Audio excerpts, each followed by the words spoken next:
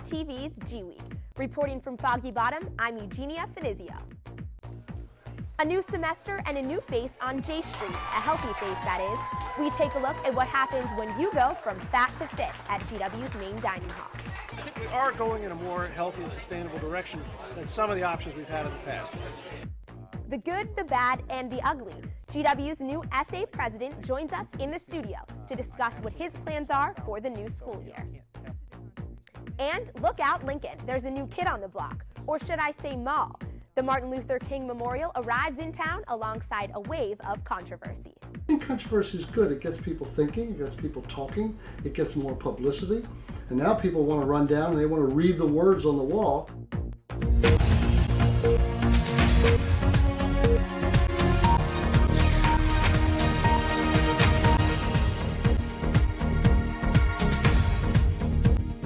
Welcome to the show. The class of 2015 arrived to campus this year amidst a wave of change. New buildings, new events, and now new food. Dining options such as Sweetgreen, Roti, and Whole Foods are just a few of the new places you can drop some hard-earned G-World cash. Not to be left out, the new food selection at J Street is also generating plenty of buzz. Morgan Wheel has all the details. A new year and a new change for J Street. After a 6-month overhaul, GW's main dining hub goes green. We don't have students, we don't have a job. And so we need to hear our customer. We heard them loud and clear. It's definitely gotten a lot better. Those greasy fast food chains from last year, gone. A salad bar and other healthy choices now stands in their place. Some American eating habits are kind of a little bit in the wrong direction. We're trying to steer that back in a healthier direction. Kelly Green, a junior, has a special reason why she likes the new J Street. I like it a lot, actually, because I'm gluten intolerant, so I can't eat breads and a bunch of things, so we have a lot of options now. A lot of veggies. I like it a lot. Already, the response to new J Street is positive. A spokesman for Sodexo said foot traffic increased by 20% in just the first week. But that new foot traffic may not be enough. All my friends go to Whole Foods. Like, I don't come here that often myself. You know, there's always outside competitors. We got a new Whole Foods, and I see a lot of foot traffic there. But I think, it's all part of a system of food choices that we're making available to students. But, I think it's just enriching our campus life here. Morgan Weil, GWTV News, Washington. Morgan Weil there on a busy opening night on J Street. Now then, with a new year comes new challenges, opportunities, and of course, leadership. SA leadership, that is. I sat down earlier with SA President John Richardson to talk about his take on the new semester. Thanks so much for joining us, John. Thanks for having me, Eugenia. Now, there's been a lot of new changes at the university in many different aspects. How instrumental has the SA been in most of these changes? Yeah, student representation has been very instrumental. Since President Knapp got here, we have a lot more input in some of the larger decisions happening on campus. You look at Gelman, you look at J Street, you look at fixes to full ride and student judicial services reform from last year were all very big components of last year's executive team, kind of the things that they were working on. So I would say that the partnerships that student representation on the executive level forms with administration, huge. That's a big deal. Now, when you were running, what were your campaign promises and how have you carried them out or plan to carry them out? Sure. Well, as a politician, you never promise anything. No, so the things that we were looking to work on, you had, of course, so a lot of those big perennial issues are being taken care of. So we wanted to focus on things that the students really cared about. And two fundamental things to being a student are cost of attendance and career services. So we wanted to make sure that students had the ability to, the schools made the commitment to them being here, that they can finish, and that also, they have the best shot at a job coming out of here. So in addition to that, we're also looking at communication stuff. So those global issues that we're working on, and then we come out with the communication stuff to make sure that we have, as student representation, the best input from students possible. Now, we obviously have a very politically charged campus. We were just voted the #1 most politically active student body at a university. But honest answer, how much power does the SA have? Because I know we talk a lot about student government can do this and that, but I mean, this is a very large, well-structured university. How much power do you have to make the changes that you see necessary? Yeah, I mean, I think you just have to look to what's already happened. So you look at the Student Association being involved in most of the major changes here at the university for the past 30 years. So I think, excuse me, I absolutely think it's soft power. So, I can't tell President Knapp or anyone in the administration to do anything. But I can definitely coalition build, looking at the Parents Association, the Alumni Association, looking to the students to build pressure on issues that we really care about.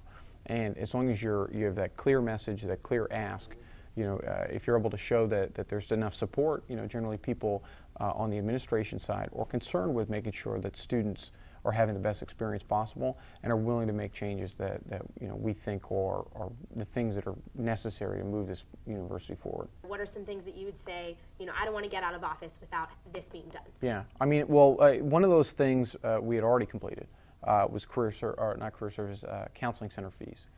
So I was really, I almost feel like if I quit after fixing counseling center fees, I'm A-okay. You have essentially students were paying $50 to see a mental health counselor, and what we had done is we worked all summer to coalition build and to work with administrators, and it became a very successful partnership because now we have 6 free visits that won't prevent students from seeking counseling because of financial needs. So we were really happy about that. That was something that I really wanted to get done. But definitely, continuing the career services effort with the career services task force that the university has put together, as well as the fee commission that we're putting together to work on cost of attendance. Obviously, they can't raise your tuition. However, there's a lot of fees associated with going here that just are hard to necessarily account for as a student. Yeah. So what we're trying to do is build a team of students and university administration, and the administration's already agreed to this, to come together and essentially look at what are all the fees and what makes sense and what doesn't make sense. I mean, it makes sense to pay a room key fee, but it doesn't make sense to pay, a graduation fee. Yeah. Well, thank you so much for joining us, John. I appreciate all your answers. Thanks for having me. And remember, you can watch the SA meetings right here on GWTV. At the start of the semester, Whole Foods opened its newest location on Foggy Bottom. And every day since, the green grocer seemingly attracts a larger crowd of eager shoppers. Well, we wondered what all the fuss is about. GW's London Clark went to find out. After throwing open its doors this fall, this greengrocer is already getting an amazing response from the community. I love Whole Foods. It's way closer than Trader Joe's. It's really nice to have one here. The Foggy Bottom Whole Foods is the grocer's first addition to D.C. in 10 years. Now, bustling with people, the cafe and grocery are always busy. So it was due time that we explored a new area in D.C., and there was a really big demand in this area for a new grocery retailer. The new grocery is not only thriving socially, but economically. The largest effect of an operation like Whole Foods coming here is the fact that it makes the area more attractive. And in making the area more attractive, it has indirect economic impacts that are important. After 10 years of planning, Whole Foods said it wanted to make sure the store appealed to students. I'm still working with them on a routine basis and making sure that we have the best, possible outlets for GW students. That's why we accept G-World at all of our registers. Students say Whole Foods' better location is cutting down on their shopping time. Right near Ivory, which is where I live. And yeah, the lines get a little long, but they go really fast. The entire store is eco-friendly, from organic farming methods to reusable bags. We won an EPA certification for the Green Chill Award, and there's only 60 supermarkets in the entire nation that have that certification. So that's pretty big. Because of its convenience and quality, Whole Foods will definitely be a student hotspot. London Clark for GWTV's G Week.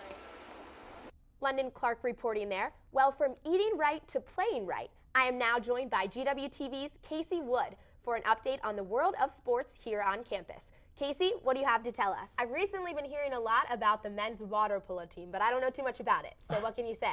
Well, the men's water polo team opened up an exciting weekend. They first started off with playing number 13 Princeton Tigers. They put up a good fight, but in the end, the Princeton Tigers pushed ahead 14-8, leaving the Colonials with an upsetting victory in the first match. Okay. Later in the day, though, they ended up facing conference rivals Johns Hopkins.